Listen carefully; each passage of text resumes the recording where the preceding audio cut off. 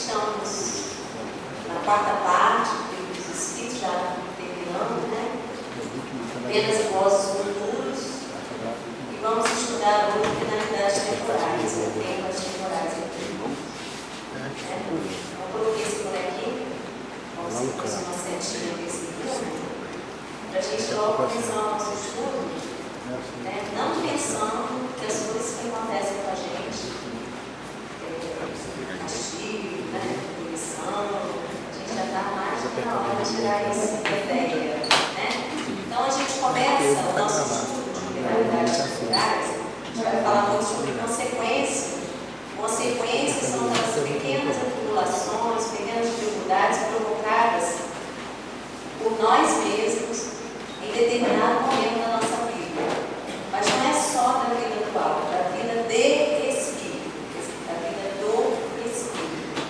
Então, pequenas faltas cometidas, né, pequenas confusões nessas andanças que fizemos, faltas, erros, né, equívocos, e a gente vai sofrendo as consequências disso tudo.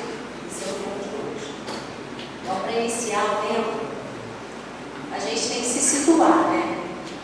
Só para a gente falar de sofrimento, de problema, a gente tem que se situar. Nós estamos no planeta de provas e expiações, né? No lugar onde prevalece a maldade, a ignorância das leis, as doenças como processo de depuração e muitas outras coisas, né?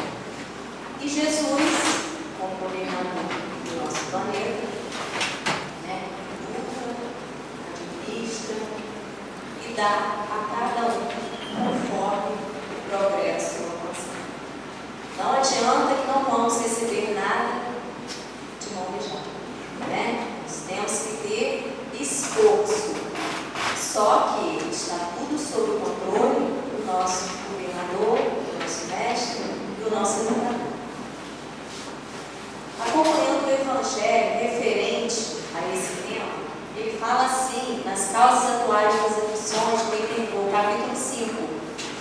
Só para a gente terminar esse slide de provas e expiações, ele fala assim: o homem jamais deve perder de vista que está em um mundo inferior, onde é mantido pelas suas imperfeições. Uma frase forte, né? Para a gente analisar onde estamos, o que estamos fazendo, né? O que está vindo para nós, o que nós estamos doando e recebendo. A cada infortúnio, ele deve dizer a si mesmo que, se pertencesse a um mundo mais avançado, isso não lhe aconteceria e que só depende dele mesmo não voltar à Terra, trabalhando pelo seu aperfeiçoamento. Então, ao invés de reclamarmos, vamos olhar a coisa por outro lado. Eu estou no planeta de provas e expiações, passando pelas necessidades, conforme o meu grau de adiantamento, mas, se eu tivesse um mundo mais adiantado, eu estaria passando por isso. Se eu tivesse me esforçado mais, né? Se eu tivesse pensado mais no outro, se eu tivesse feito um monte de coisa, eu não estaria nessa situação agora. Mas eu estou tendo a oportunidade de fazer. Agora. Então, como estamos? Só para a gente começar o tema de penalidades, né? A gente não está sozinho, não está perdido, não está solto.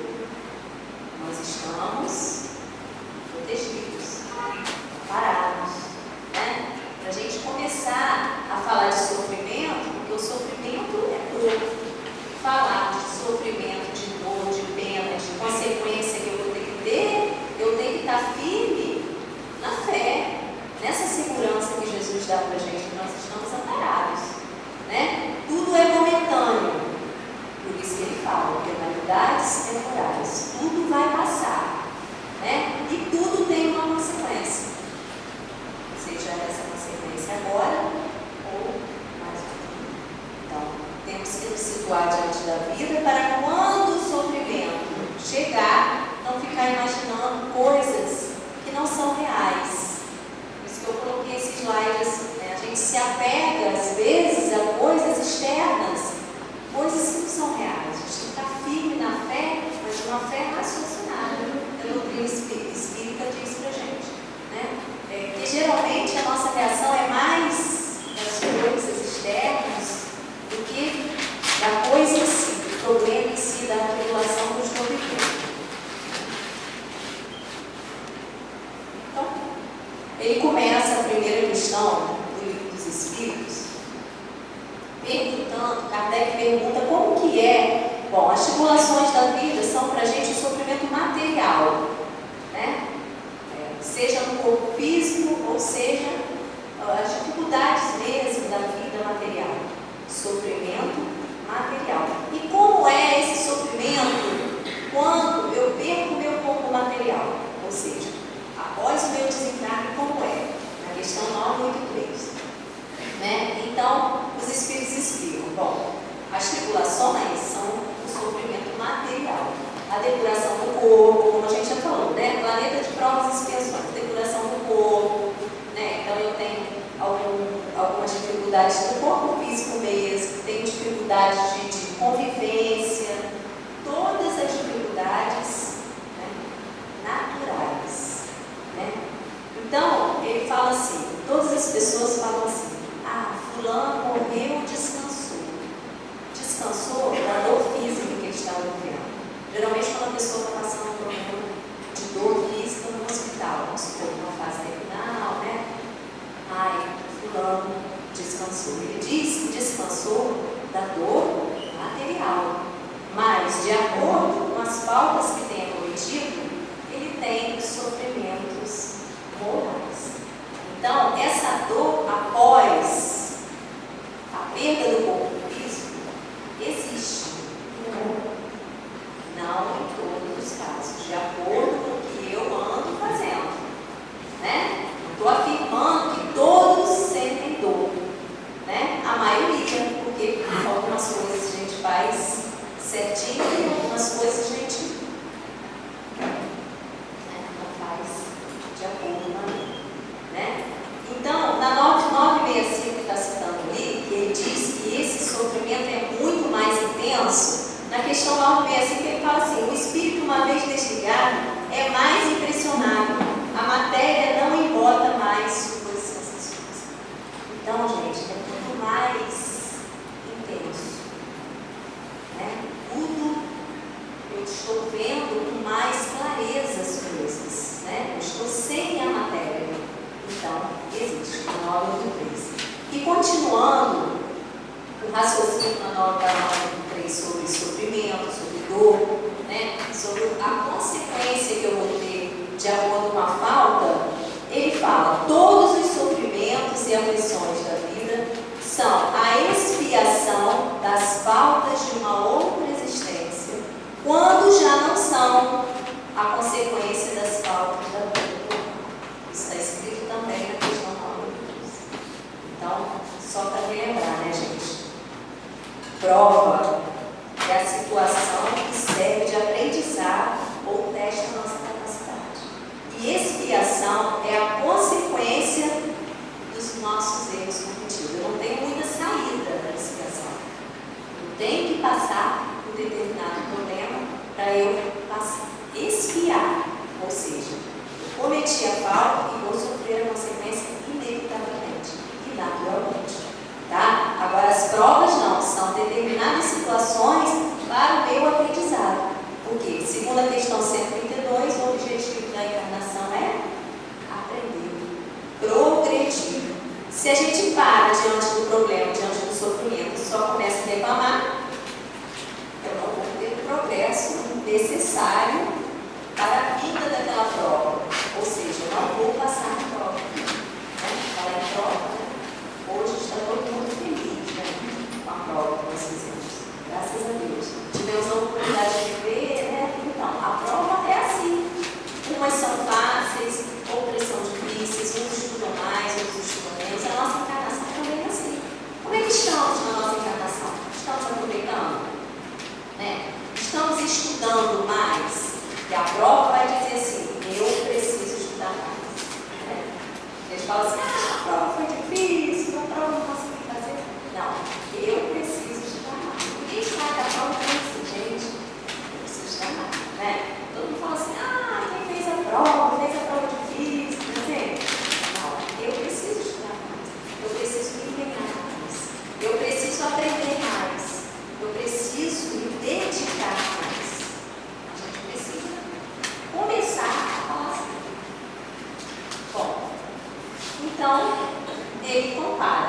mal limpo, talvez não soube usar, né?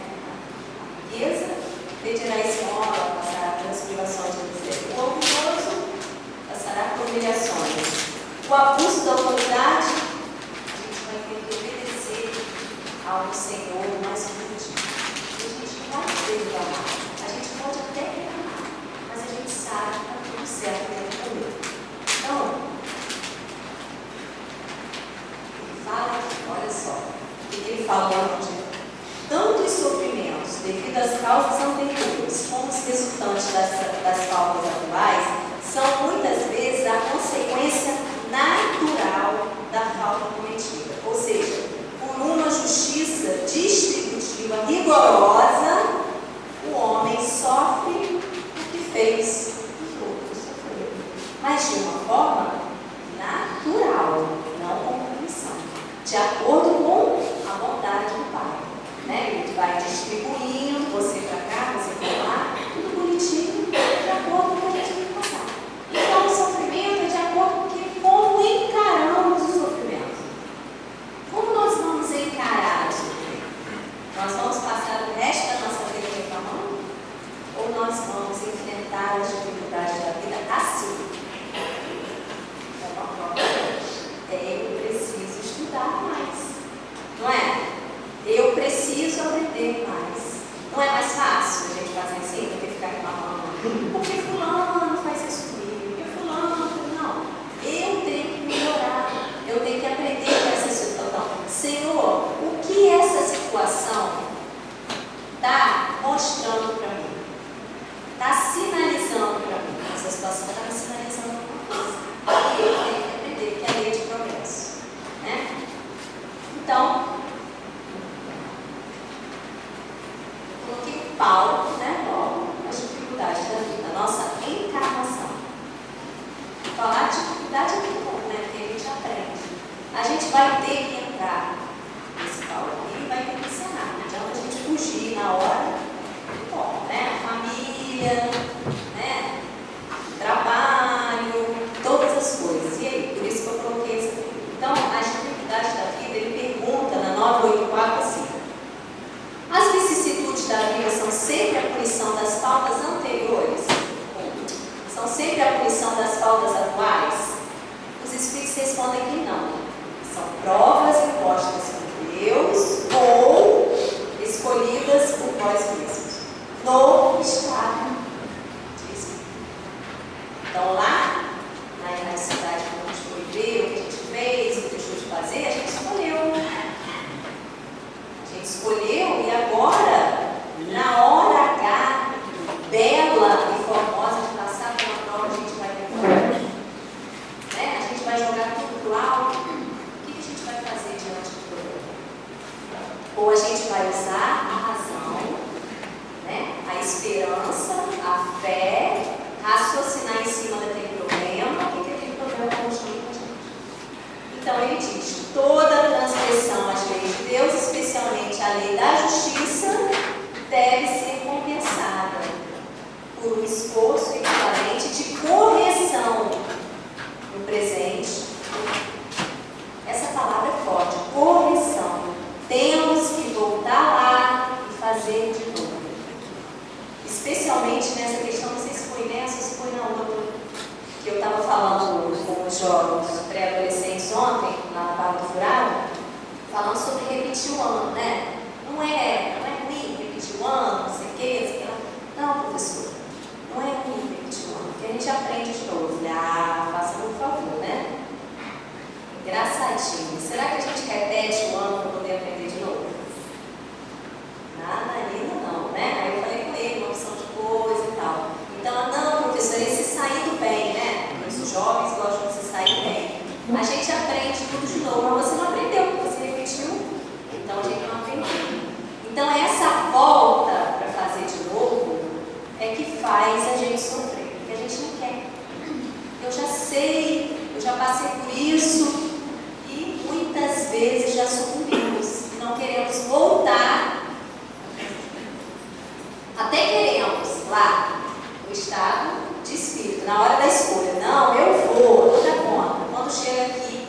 diante da situação, nesse palco maravilhoso da nossa encarnação, a gente fala assim, é isso mesmo?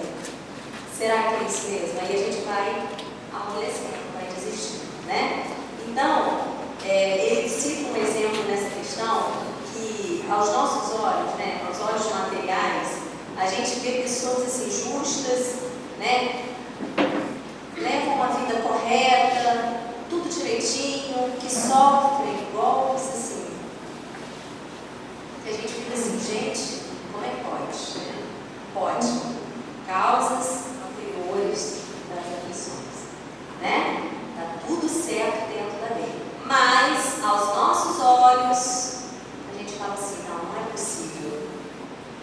Escolha, né? Prova, expiação, né? A perda dos nossos entes queridos, uma dor profunda, né? Qualquer coisa que aconteça, a gente está levando a vida toda bonitinha, certinha, de acordo com a lei, procurando servir, procurando conviver com a família e sofremos esse golpe. E aí?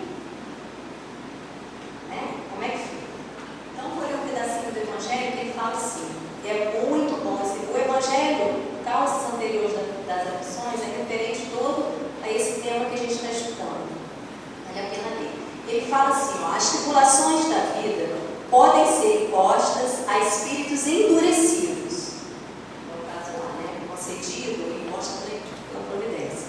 Ou muito ignorantes, para fazer uma escolha com conhecimento de causa.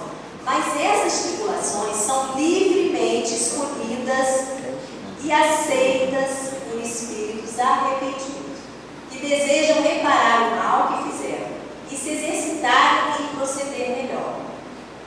Esse é o caso daquele que, tendo feito mal à sua tarefa, pede para recompensá-la a fim de não perder o benefício do seu trabalho. Portanto, essas tribulações são ao mesmo tempo expiações que dão de poder reparar os seus erros e não o condena de forma irremediável na primeira falta cometida, que normalmente é o que a gente faz com a falta alheia, né? Então, Deus que é bom, deixa a gente sempre a oportunidade de reparar os nossos erros. E aí ele fala sobre reencarnação, nas questões 985 e 986. Na 985 ele fala assim, a reencarnação da alma no mundo menos grosseiro constitui uma recompensa para ela. Recompensa, ele fala assim, não, a consequência é recompensa, mas para falar melhor, consequência de sua depuração, progresso moral, ou seja, conquista. Porque a gente quer as coisas, ó, de graça. Tem que ter conquista, tem que ter progresso moral. Se eu vou para uma casa melhor, é porque eu trabalhei, na matéria não é assim, eu vou mudar para uma casa melhor, mais espaçosa, né? Os quartos mais arejados. Por quê? Porque eu tive a oportunidade de trabalhar, né? De ganhar um pouco mais na matéria. Assim são os mundos.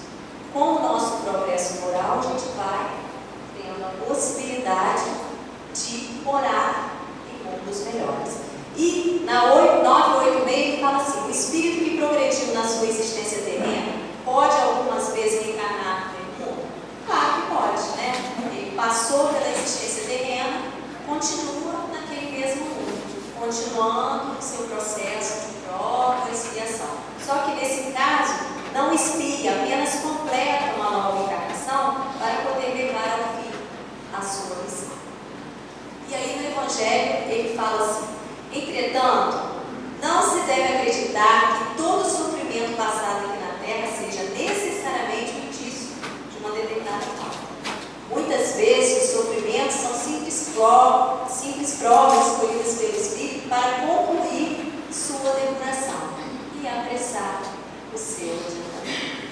Cada caso é um caso, né? E a gente vê também, eu coloquei uma observação aqui, apesar do nosso planeta de provas e expiações, a gente vê aqueles espíritos assim mais suaves, né? A gente vê que tem uma conquista da paciência, né? Até crianças mesmo, a gente vê assim, já com progresso. E o que eles estão fazendo aqui? Poderiam estar no mundo melhor, né?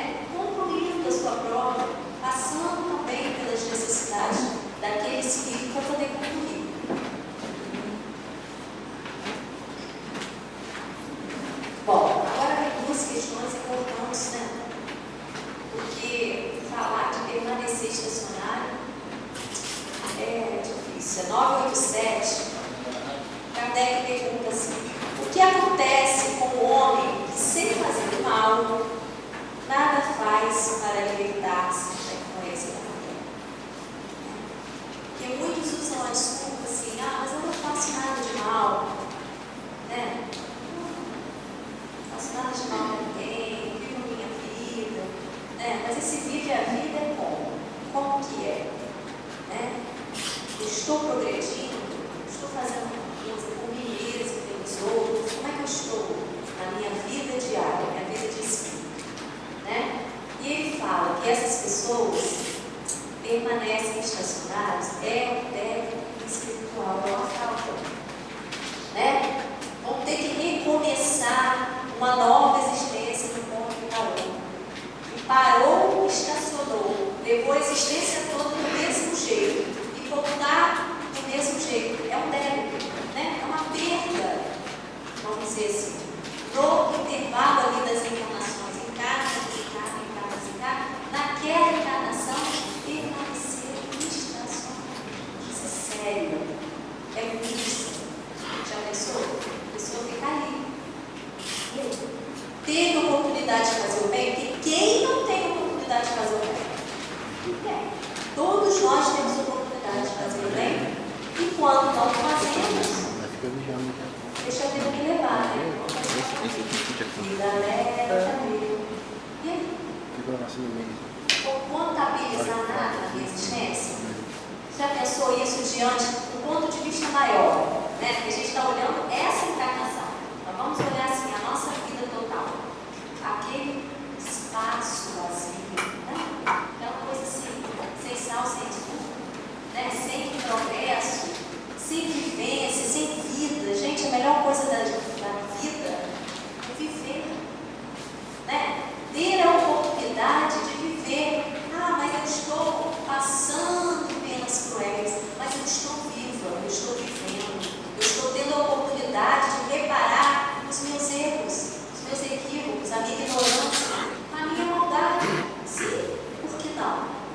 Mas eu estou viva, estou vivendo, eu estou vivenciando determinadas situações aflitivas ou não, ou boas, mas eu estou viva. O que a gente não pode mais é fugir. O que a gente fugindo, débito, falta, deixa de progredir. E aí a situação complica mais ainda. Prolonga os sofrimentos da reparação.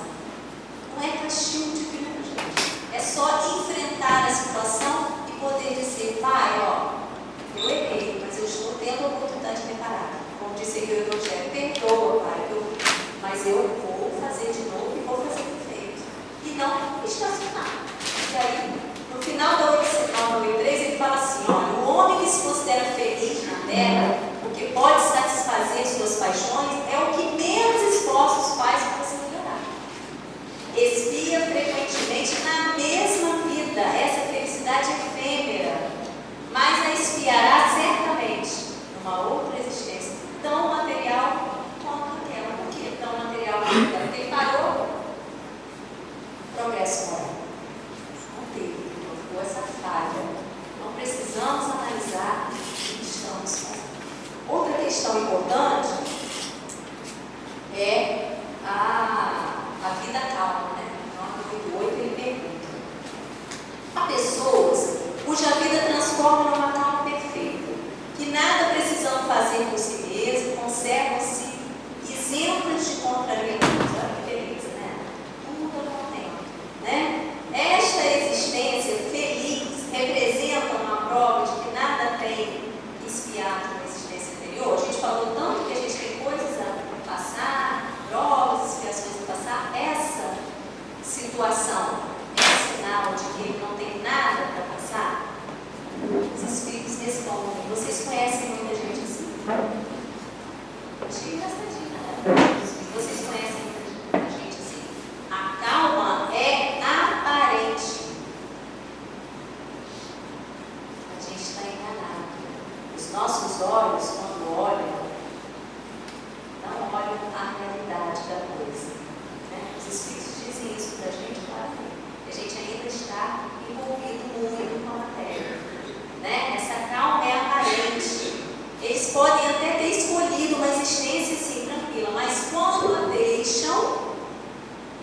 percebem que essa existência não serviu para o progresso. Então, caímos no erro da outra, né? Ficamos o quê?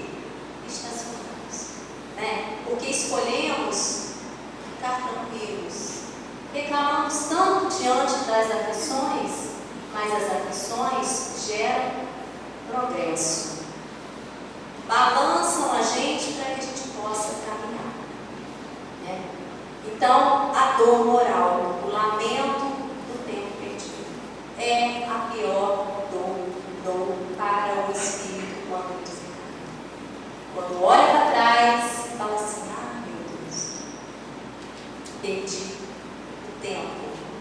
A oportunidade não, porque a oportunidade todo mundo tem. Perdi o tempo. Não é dor física, gente, é dor moral. Dor da alma, porque eu olho para trás e o que eu fiz? Perdi o tempo, né? Isso é sério, né?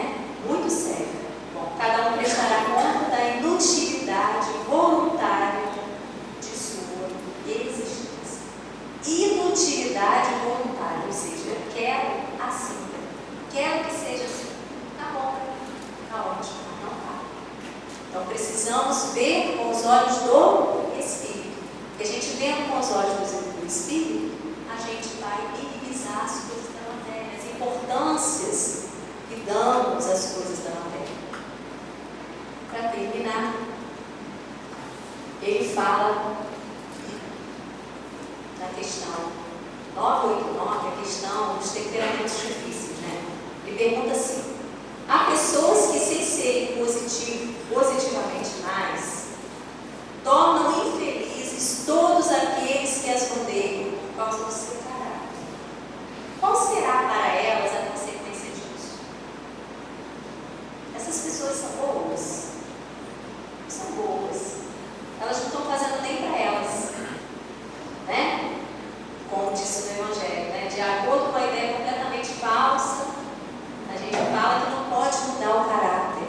Eu sou assim, eu vou comer assim, né? Eu puxei a meu pai, eu puxei meu tio, sou igualzinho ao meu irmão, aí eu não mudo nada, né? Essa questão aqui, ó, de acordo com a ideia completamente falsa, que eu não posso mudar. Eu posso mudar tudo.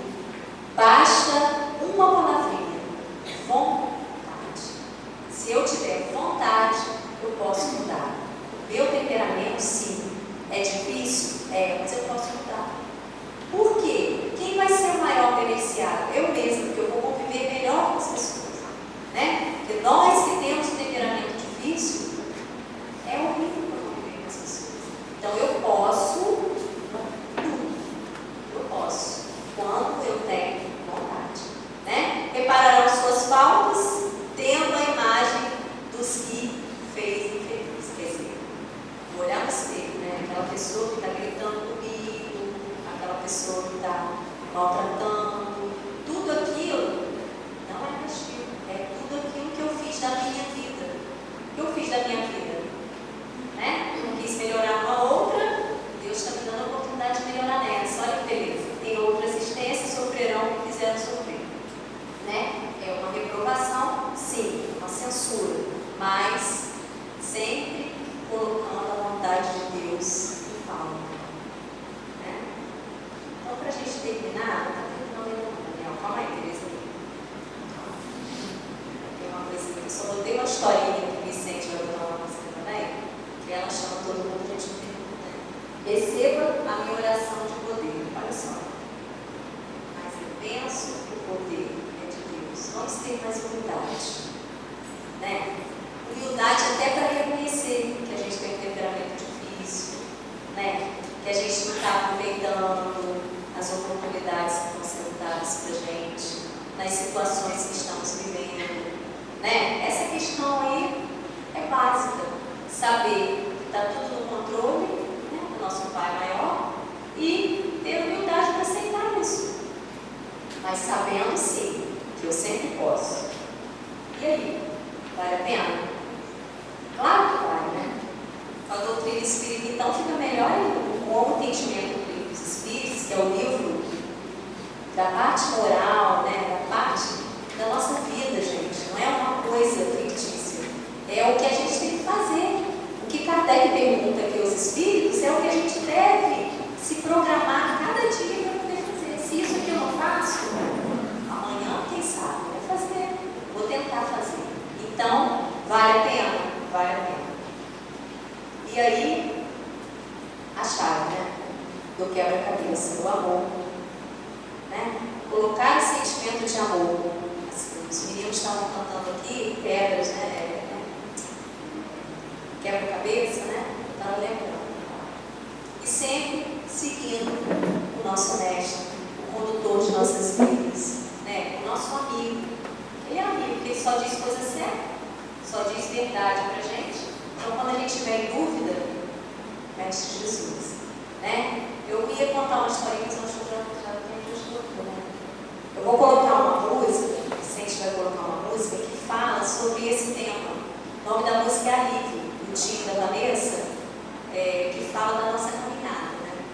Como se estivéssemos caminhando, a paz está ali. E vamos imaginar